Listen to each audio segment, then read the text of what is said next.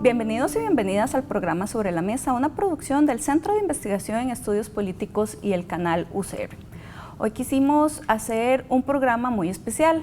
Tiene que ver con todos esos mensajes, esas formas de relacionarnos y hasta la manera como de manera inconsciente, efectivamente, le estamos transmitiendo a niños, niñas, adolescentes y a mujeres adultas en la universidad sobre la diferencia entre los hombres y las mujeres y cómo esto repercute en la autoconfianza y en la forma en que se van a desarrollar posteriormente como profesionales. Eso tiene que ver con el currículum oculto de género, que es algo que en realidad no se habla mucho, ni a nivel de primaria y secundaria, y a nivel universitario mucho menos.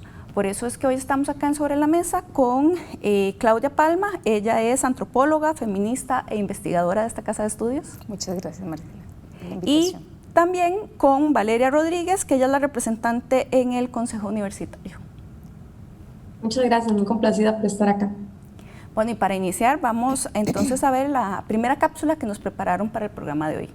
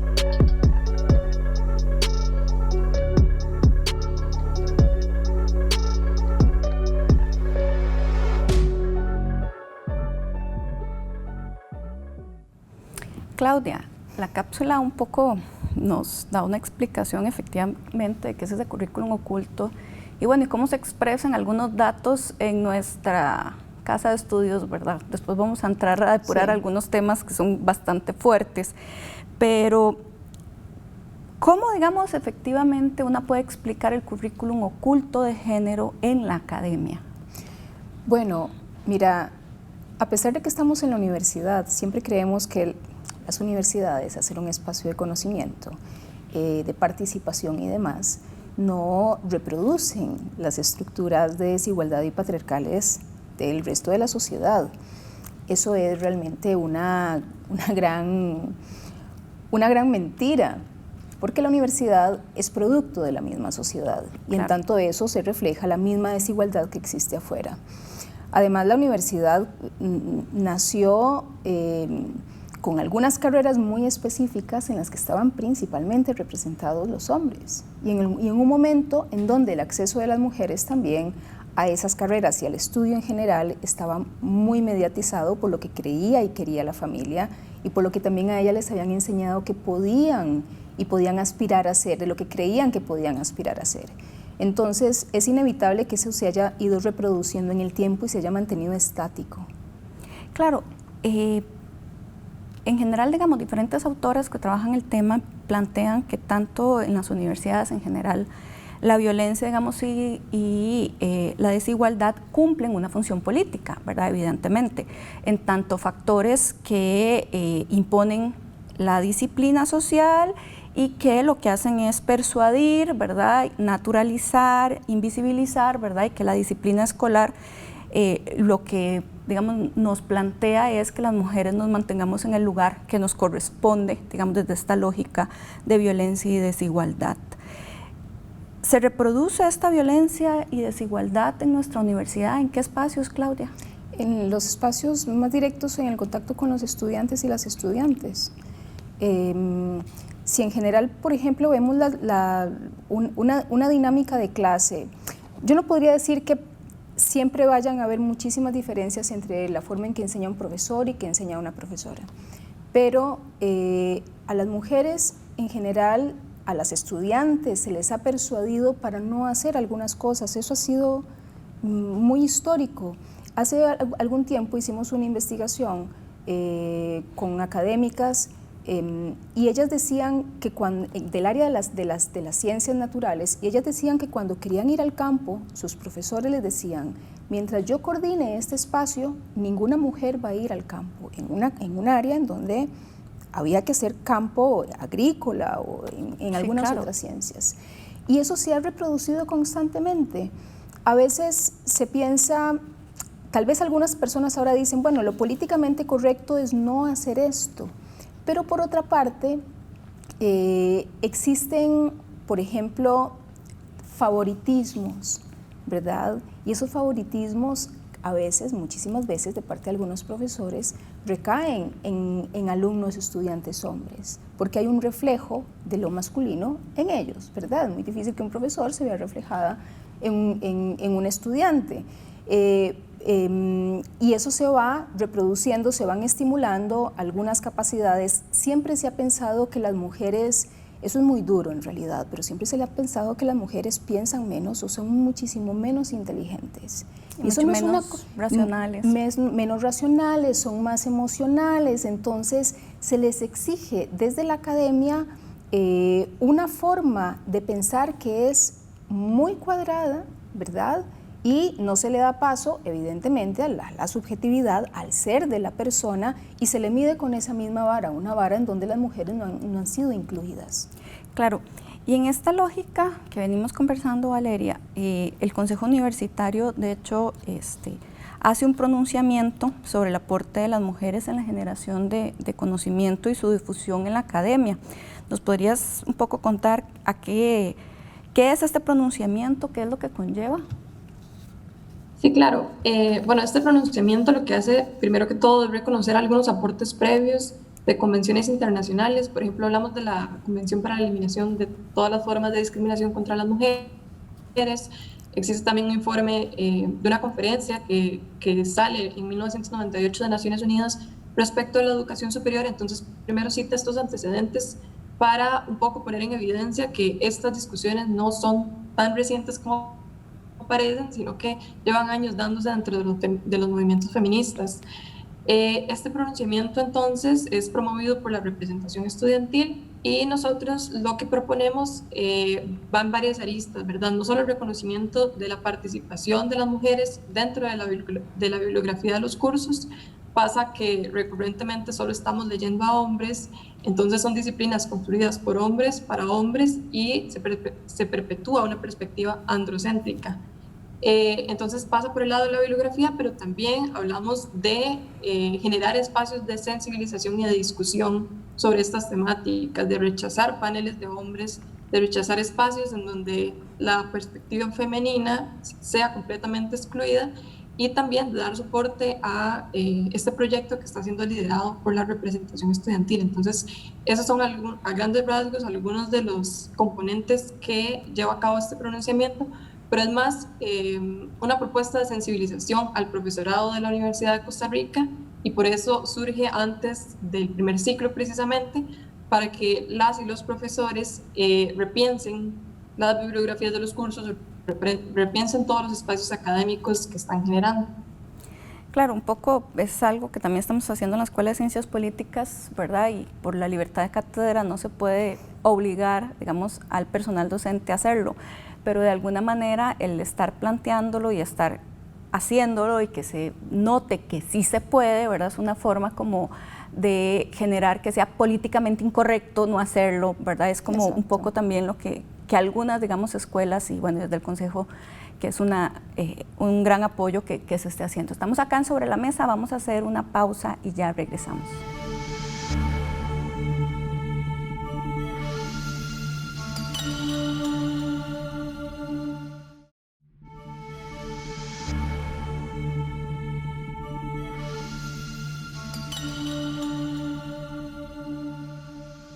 Las mujeres trabajan 9 horas más que los hombres, lo que equivale a un mes de trabajo por año. Las autoras mujeres solo representan el 30%, y aunque son más publicadas en medios locales, a nivel internacional son los hombres los que aparecen más. Los artículos escritos por mujeres reciben menos citas y cuando se trata de autoría compartida, suelen ser nombradas en segundo o tercer lugar. En la Universidad de Costa Rica, los hombres en propiedad casi duplican a las mujeres. 67% de todas las personas catedráticas son hombres. La acción social, que cumple una labor de gran importancia en la sociedad, es principalmente sostenida por mujeres, pero esta no genera publicaciones ni la misma puntuación que la investigación. Ante este panorama, algunas unidades académicas, como la Comisión de Género de la Escuela de Ciencias Políticas, han realizado esfuerzos por garantizar la inclusión de más autoras mujeres dentro de la academia. Por otro lado, surge la propuesta de Mujeres en la Bibliografía, la cual busca fomentar la inclusión de bibliografía escrita por mujeres en los programas de los cursos. La propuesta nace desde la representación estudiantil ante el Consejo Universitario, el órgano colegiado más importante de la universidad. Como parte de la primera fase, el Consejo Universitario realizó un pronunciamiento sobre el aporte de las mujeres en la generación de conocimiento y su difusión en la academia. Ahora, el proyecto se encuentra en su segunda fase, la sensibilización a las unidades académicas. Se espera que en la última fase se hagan propuestas que definan acciones concretas con el fin de erradicar la disparidad de género y visibilizar el aporte de las mujeres en la generación del conocimiento.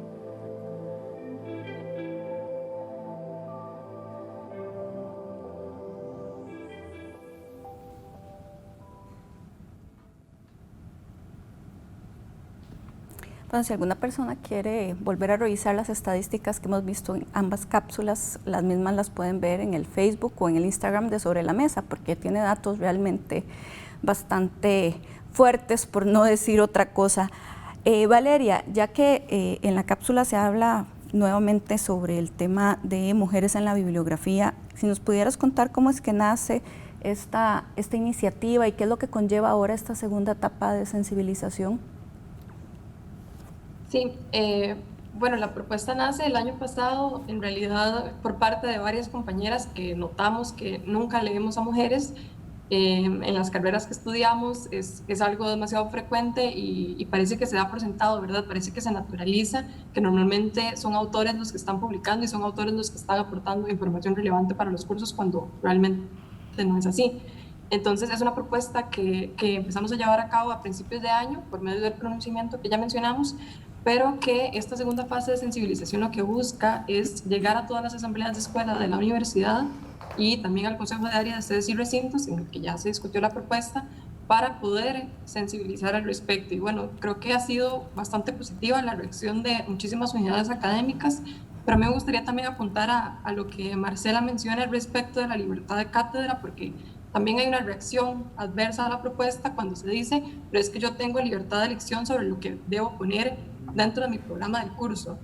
Y en realidad creo que hay que ver con bastantes matices esta idea, porque ninguna libertad es irrestricta.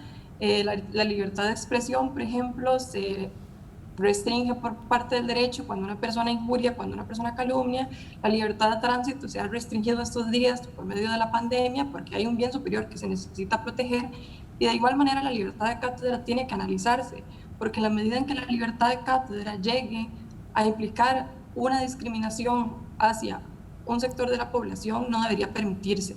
Es decir, si existen textos que tienen contenidos similares, no hay razón para pensar que deba primar la libertad de cátedra sobre conductas discriminatorias que excluyen la participación femenina de los espacios académicos y que terminan por expulsar a esta población de la academia, porque finalmente quienes menos nos mantenemos en estos espacios somos las mujeres. Hay un cúmulo de condiciones que no nos permiten continuar, además de las condiciones de cuidado, y entonces es necesario el rescate de esta labor académica y de la despatriarcalización y desmasculinización de los espacios académicos.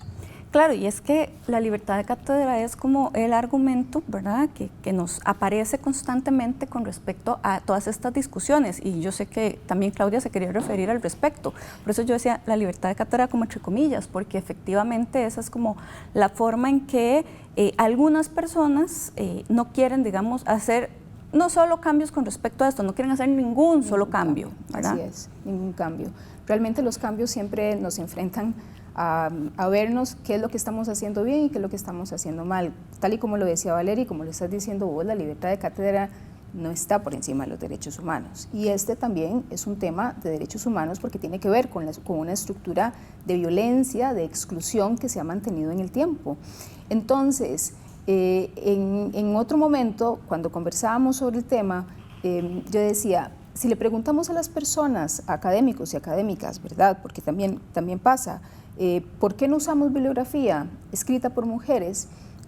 Pueden haber dos posibles respuestas. Una es, nunca lo pensé, que es como la más honesta, ¿verdad?, pero bueno, que también implica trabajo. Y la otra es, yo he buscado, pero no hay.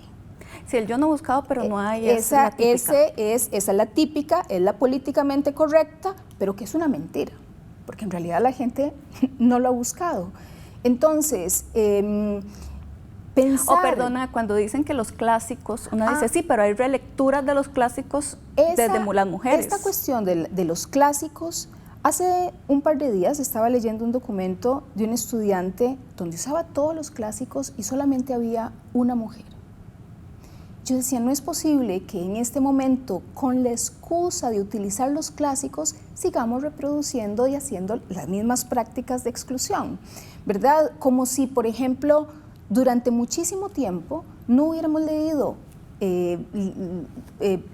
teoría, literatura de hombres que era incomprensible, absolutamente aburrida y que no nos aportaba para nada. Entonces, esta excusa de no hay cosas tan interesantes, no están escritas, implica que realmente no se busca. Para algunos temas puede ser más fácil, ¿verdad? Yo digo, bueno, si vos te pones a buscar para tu curso puede ser más fácil porque probablemente los cursos que das son cursos que tienen ya una perspectiva de género. ¿Y quiénes escribimos sobre esos temas? Claro. Las mujeres, ¿verdad? Entonces, pero eso no quiere decir que no existan una serie de científicas en todo el mundo y en América Latina que hayan incluso releído esos clásicos desde una perspectiva de género y feminista. Eso es lo que no es. La otra cosa que se usa es, bueno, es que yo no soy feminista, ¿verdad? Porque también es como la excusa, no, pero es que eso lo hacen las feministas, eso lo hacen... No, o sea, hay mujeres que han escrito, que claramente hacen lecturas, se posicionan desde otro lugar y que no necesariamente hay que usarlas porque uno sea feminista o no sea feminista, simple y sencillamente hay lecturas y propuestas absolutamente brillantes de mujeres y que las excluimos porque creemos que no comulgamos con esa idea.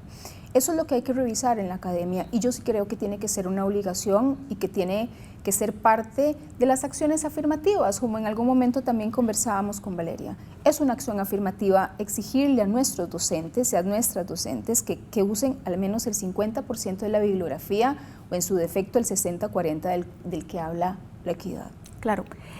Y Valeria, ¿qué es lo que produce realmente aprender en clave sexista, verdad? Lo pregunto porque en este momento estás, digamos, llevando cursos. Nosotras tenemos nuestras historias de cuando también fuimos estudiantes, pero ¿qué es lo que implica, digamos, para ustedes ¿verdad? Y tus compañeras que son las que inician con esta propuesta, que en realidad no existan referentes?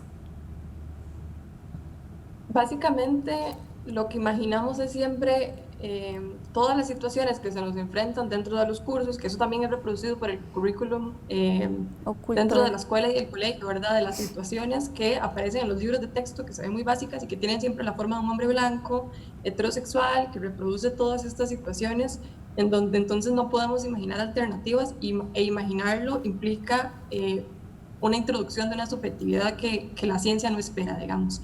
Entonces, aquí también me gustaría retomar el argumento de Claudia, porque cuando hablamos de que una mujer es feminista, entonces decimos, es que está sesgada, es que ella está intentando imponer su visión política, y no se trata de eso. Igualmente, sesgado está un currículum que no reconoce a las mujeres, porque hay que reconocer también el valor y el aporte de la subjetividad dentro de los procesos de investigación. Entonces, finalmente, lo que entendemos son ciencias que en donde el ideal es masculino, en donde nos masculinizamos también. Una profesión como el derecho, que bueno, es lo que estudio, puedo decir que una tiene que adoptar posturas masculinas para crecer dentro de la carrera. Entonces hay que ensanchar nuestra voz, hay que comportarnos de otra forma, porque si no, simplemente no nos atienden o no nos escuchan. Y bueno, eso también se reproduce en los salones de clase. Hay bastantes investigaciones en Estados Unidos que dicen que las mujeres hablamos menos dentro de las clases, que las mujeres intervenimos menos en conferencias académicas, y entonces al final, ¿cuáles son las voces que están siendo escuchadas dentro de la academia y también dentro de nuestro propio crecimiento? Entonces, dejar atrás esa idea de que el currículum es solo pedagógico y de que no median cuestiones políticas es completamente fundamental en aras de entender que la única manera de reconocer el valor de las mujeres dentro de estos espacios es reconocer también que las subjetividades median dentro de los procesos educativos. Claro, y otra cosa que me parece importante plantear, y es que muchas veces lo que decía Claudia, que es que son feministas las que lo hacen. Bueno, además hay que reconocer que diferentes autores y autoras han planteado que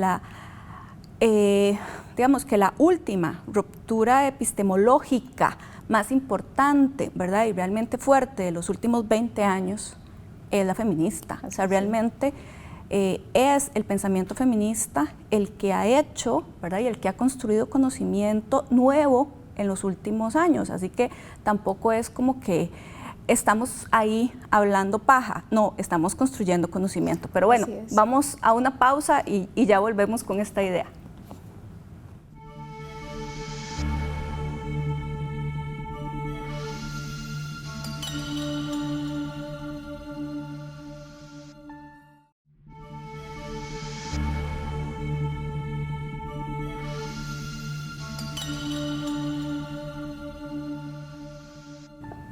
Continuamos acá en Sobre la Mesa analizando el currículum oculto de género a nivel universitario, y bueno, yo hablaba de lo de la ruptura epistemológica del feminismo y yo sé que Claudia se quería referir.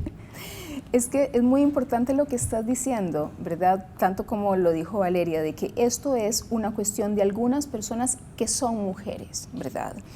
Pero no solamente es cierto lo que estás diciendo en términos epistemológicos, sino que el feminismo como filosofía política es la que ha logrado transformar en derechos humanos la faz de la tierra desde las luchas que empezaron hace 300 años. Entonces, a mí, cuando uno ve realmente en qué hemos avanzado en términos sociales, culturales y políticos, es porque han habido propuestas feministas de equidad en el medio, incluso que se han apadrinado y que se han impulsado contra propuestas antirraciales, ¿verdad? Entonces, sí, toda la interseccionalidad. Es muy importante lo que estás diciendo y que lo podamos reconocer como sociedad, pero principalmente como academia, como universidad, darle el peso y el espacio que realmente tiene.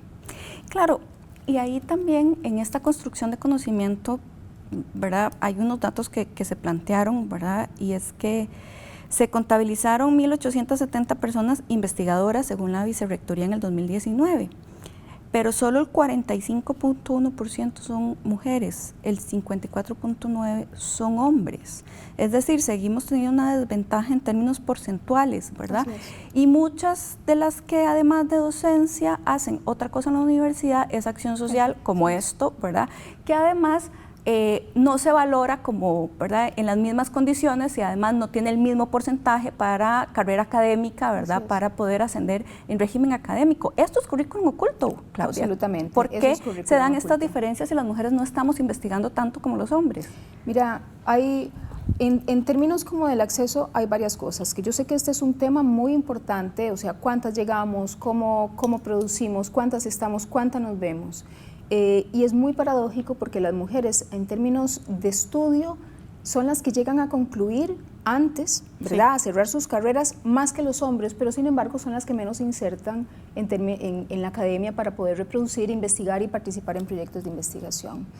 Pero lo que está detrás de esto tiene que ver con la vida cotidiana, ¿verdad? Las mujeres cuando terminan de estudiar casi siempre apuestan a un espacio de vida, de convivencia, a tener hijos o hijas, ¿verdad?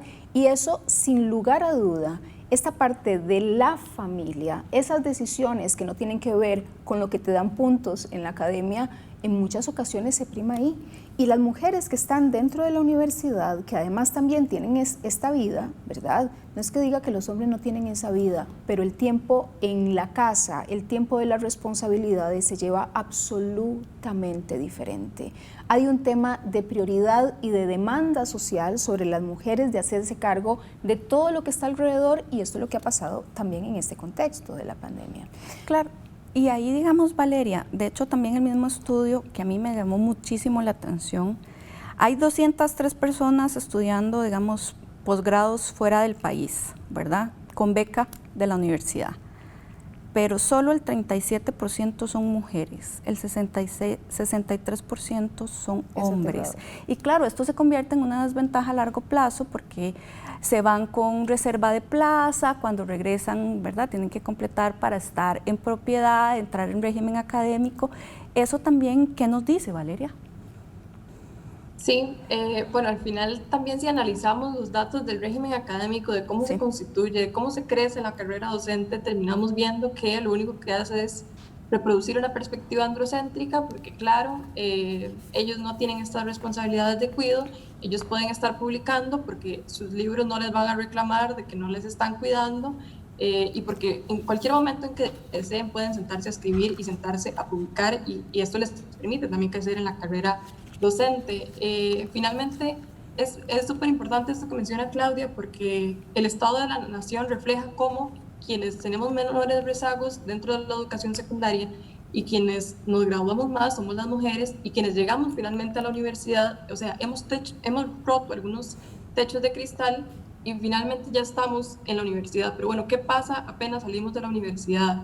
No hay un mercado laboral que nos esté contratando. 1 de cada 5 mujeres se encuentra desempleadas en este momento, en el contexto de pandemia, y eso se reproduce además en otro montón de estereotipos laborales, también el hecho de que no nos pagan igual por hacer lo mismo, y eso también tiene otra cara dentro de la universidad, que como lo dice Marcela, es la acción social. La acción social en esta universidad tiene cara de mujer, es una acción social que no nos permite crecer en la carrera docente y que no puntúa. Entonces, el trabajo que hacen las mujeres dentro de estos espacios no les permite crecer como docentes, no les permite aumentar su salario, y bueno, eso también se refleja dentro del régimen académico. Y luego me gustaría aportar otro tema, que es el hostigamiento, porque al final otra de las formas por las que somos expulsadas de la academia, de los espacios universitarios, es por medio de la violencia simbólica. y se nos ejerce en todos los espacios y se ejerce por medio del currículum oculto, pero también hay una violencia un poco más latente que se lleva a cabo por medio del hostigamiento y por medio de sentirnos inseguras en el espacio de clases, de una persecución sistemática que no nos permite salir de la universidad y vivir en una universidad plena, porque está plagada de espacios sexistas y porque constantemente también recibimos comentarios por parte de los docentes respecto de nuestras capacidades, con lo cual, retomo el tema, terminamos por no intervenir en clases, terminamos por no intervenir en los simposios y terminamos por ver nuestras voces completamente apagadas. Claro, ahí, digamos, te adelantaste un poco en el tema del hostigamiento y en ese sentido, digamos, no solo no dar la palabra, ¿verdad? También es en el trato, ¿verdad? Y bueno, cuando uno habla del tema de hostigamiento, bueno, también en algunos momentos uno podría hasta pensar que hay pactos entre hombres, ¿verdad? De no decir como que no existe, ¿verdad? Y que no es tan grave. Bueno, y otra cosa que a mí me ha pasado es que en algún momento, ¿verdad? Cuando tienen algún tipo de relación con alguna estudiante, porque particularmente lo he visto de hombres, consensuada, lo que te dicen es que son adultas, es que es una relación entre personas adultas. Entonces, hay un gran problema con esto, ¿verdad? Porque cuando son personas menores de edad es muy fácil identificar el hostigamiento, ¿verdad? Y esas relaciones de poder. En la universidad ya no es tan fácil, puesto que estás hablando de que efectivamente son personas adultas, pero las relaciones de poder están ahí, existen, aunque no seas la docente o el docente en ese momento de esta persona con la que tenés una relación, sí hay una relación de poder y eso es muy difícil que lo entiendan, ¿verdad, Claudia? Es muy difícil que se comprenda. Hay un dicho popular muy sexista que dice que el conocimiento da belleza, ¿verdad? Pero eso pasa con los hombres. ¿Sí? Es muy interesante, o sea, no es que todas las personas que tienen conocimiento y las mujeres, ay, ¿verdad?, te dan esa belleza y los hombres usan eso. El uso del conocimiento, el manejo de la información es poder, ¿verdad? Y es una forma también, ¿por qué negarlo?, de seducir. Claro. Y eso hace, lo que estás diciendo de decir, eso es una relación consensuada entre dos personas adultas, oculta la relación de poder, que es una forma de violencia absolutamente sexista y que si a mí me preguntan, no tendría que darse por ética dentro de la universidad. Si me preguntan qué se hace, no, se tendría que permitir, sería como parte de los contratos, porque sin duda ese espacio, esa relación de poder merma las posibilidades de esa estudiante que está inserta en la universidad. Porque si hay una ruptura o un maltrato, entonces, ¿qué pasa? No quiero ver a esta persona, no quiero estar, y entonces se van, desaparecen, ¿verdad? Y realmente todos esos ocultamientos tienen que ver con esas pequeñas cosas que la estructura de violencia y patriarcal nos hace ponerle como una pared para justificarnos. Lo que dijiste de esos pactos entre los hombres son pactos reales. A alguna gente no les gusta hablar de eso, pero son los pactos de silencio, que tiene que ver con la misma autocomplacencia entre ellos de decir, bueno, ¿qué importa que lo haga? Ese que importa que lo haga es, yo también lo puedo hacer en algún momento. ¿Qué importa que lo haga porque no es su estudiante? Exactamente. Es una adulta que decidió. Pero con esa forma se justifica. Claro. A sí mismo, cuando alguien dice, no importa que lo haga, se está justificando a sí misma de que en algún momento lo puede hacer, ¿verdad? Y eso realmente es algo muy fuerte que no queremos ver en la dinámica cotidiana en las aulas. Claro, cuando a mí me preguntan, ¿verdad? Y en algún momento algún compañero te llega y te dice, es que vieras que tengo una estudiante que me coquetea, ¿verdad? Porque ese es el otro, ¿verdad? Entonces un poco siempre la respuesta es, usted es el profesor, usted es el docente, usted tiene la responsabilidad de poner los límites. Así es. No los estudiantes, los límites los pone usted y usted quien sabe hasta dónde puede llegar. Y en ese sentido, Valeria, realmente esto impacta la vida de las estudiantes, ¿verdad? Y bueno, y en derecho se dio todo un movimiento y por eso es que ya se logró hasta un cambio en el reglamento de hostigamiento sexual. ¿Cómo valoran ustedes estos cambios que se hicieron en el reglamento? Sí, bueno, definitivamente son aulas más seguras. Es una posibilidad que nos da este reglamento de denunciar en bueno, primero que todo, de romper esos silencios de los profesores, porque también ellos tendrían la obligación de denunciar, ya no tendrían la excusa de, no, yo no debo reportar, no, hay un deber de reportar de los docentes que esperamos que se haga efectivo. Definitivamente ambientes de clase más seguros, como lo digo, posibilidades de graduación que muchas veces las mujeres, es que ese es el tema, dejamos la universidad tras estos episodios porque son episodios que muchas veces son traumáticos, son episodios que no solo se dan en la universidad, en las clases, son también profesores que invitan a estudiantes a unas fiestas de final de curso o que se exceden cuando se hacen giras. Entonces el ambiente de estudio no es solo las aulas y ojalá podamos también entender eso porque se reproducen muchísimos otros esquemas de la comunicación y de la interacción social. Y con esto que menciona Marcela, también me llama mucho la atención porque claro, siempre es esta perspectiva de que nosotras somos las tentadoras, ellos no pueden inhibirse, ellos no tienen capacidad de autocontrol, sí. Y claro, ellos caen porque una los seduce. Entonces, completamente cierto, y creo que es demasiado necesario empezar a erradicar estas perspectivas que lo único que terminan por hacer es expulsarnos a nosotras de la universidad y eliminar esos espacios seguros que hemos intentado construir entre nosotras mismas. Claro, estamos acá en Sobre la Mesa, vamos a una pausa y ya regresamos.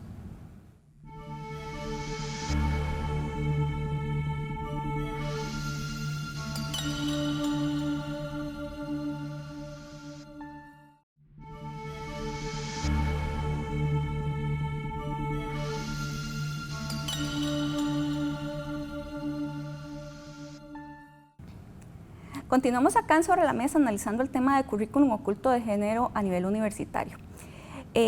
Hay una cosa que a mí me parece, digamos, muy interesante y que tiene que ver con este lenguaje sexista que se utiliza, ¿verdad? Y que tiene que ver con el currículum oculto. Es que lo que no se dice no existe, ¿verdad? Y evidentemente el lenguaje reproduce esta discriminación, refleja los valores de la sociedad, ¿verdad? Transmite, refuerza estereotipos, ¿verdad? O sea, el lenguaje es algo muy importante. Y bueno, yo lo que he aplicado en los últimos cursos es que dentro de mi rúbrica de evaluación, en la forma, no en el fondo, les pongo el uso del lenguaje no sexista, ¿verdad? Sí.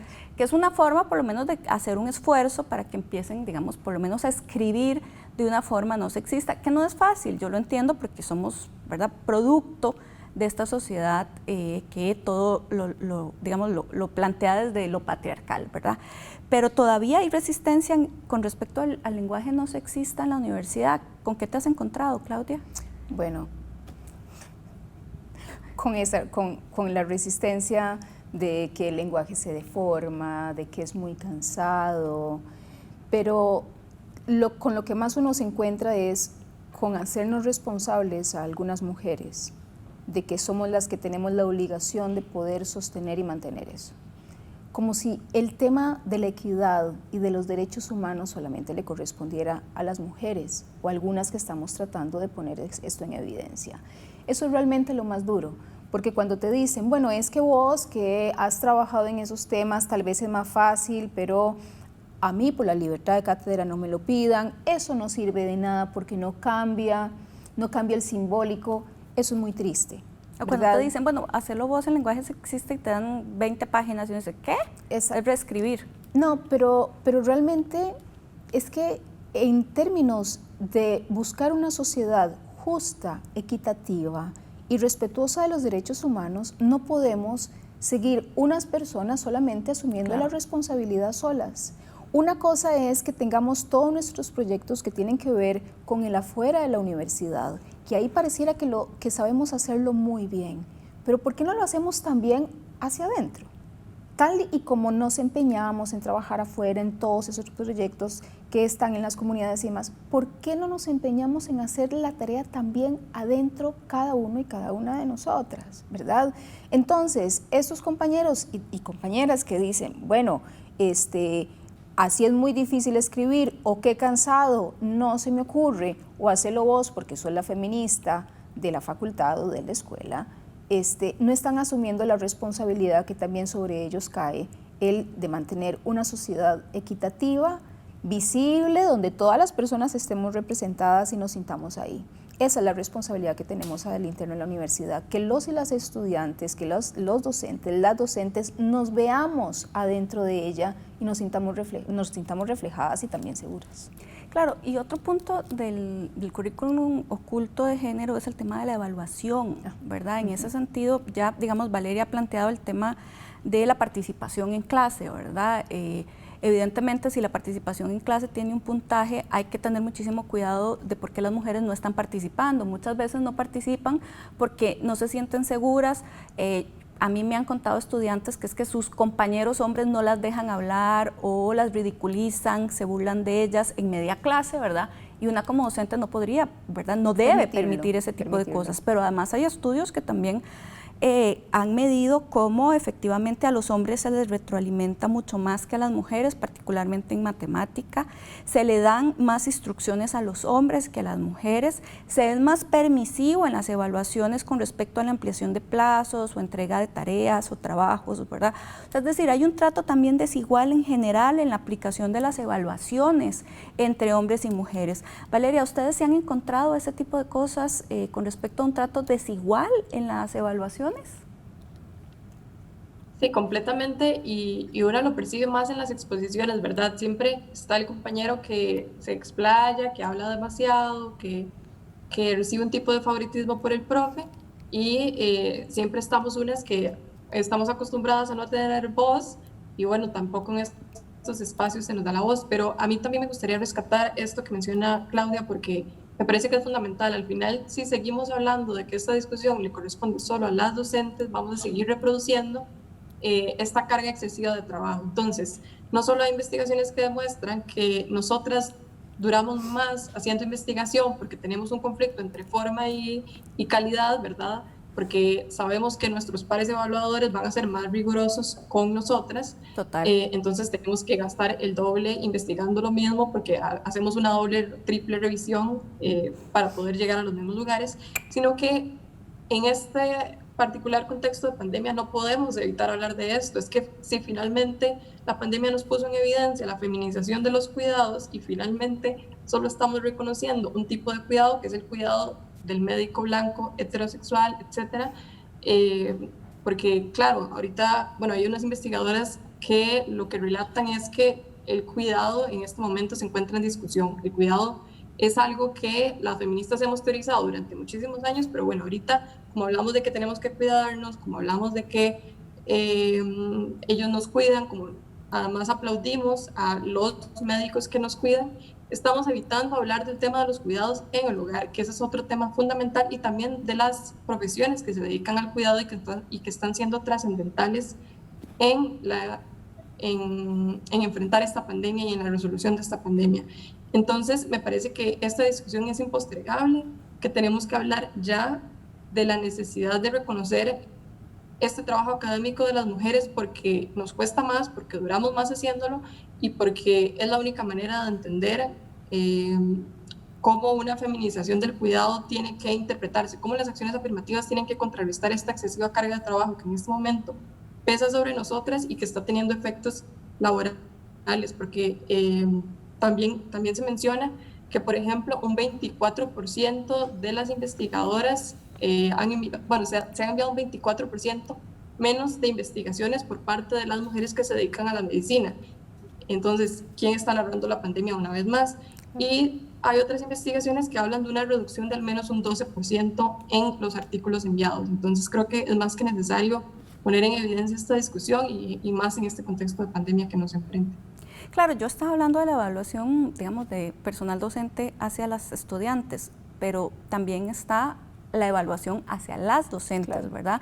Que no ha cambiado, ¿verdad? Y que efectivamente en algún momento que yo he hablado con pares evaluadores sobre el tema de currículum oculto te dicen, ay, mira, sí es cierto, yo no lo había pensado, yo soy muchísimo más estricto con las mujeres, porque las mujeres siempre son como más cuidadosas en los detalles, y una dice, ¿quién dice que por qué tenemos que ser más cuidadosas? O siempre habrá esa exigencia de ser mejores. Y en eso, Claudia, a mí me gustaría que nos contes, porque hiciste una investigación hace poco, ¿verdad?, sobre los efectos que está teniendo la pandemia sobre las mujeres docentes, porque hemos hablado de cuidar mucho al estudiantado, ¿verdad?, de cuidarnos mucho, ¿verdad?, de no contagiarnos, pero casi no se habla de qué es lo que estamos padeciendo las mujeres docentes, ¿verdad?, administrativas, con el tema de los cuidados, que ahora tenemos una carga muchísimo mayor en nuestras casas. Así es que volvemos a lo otro.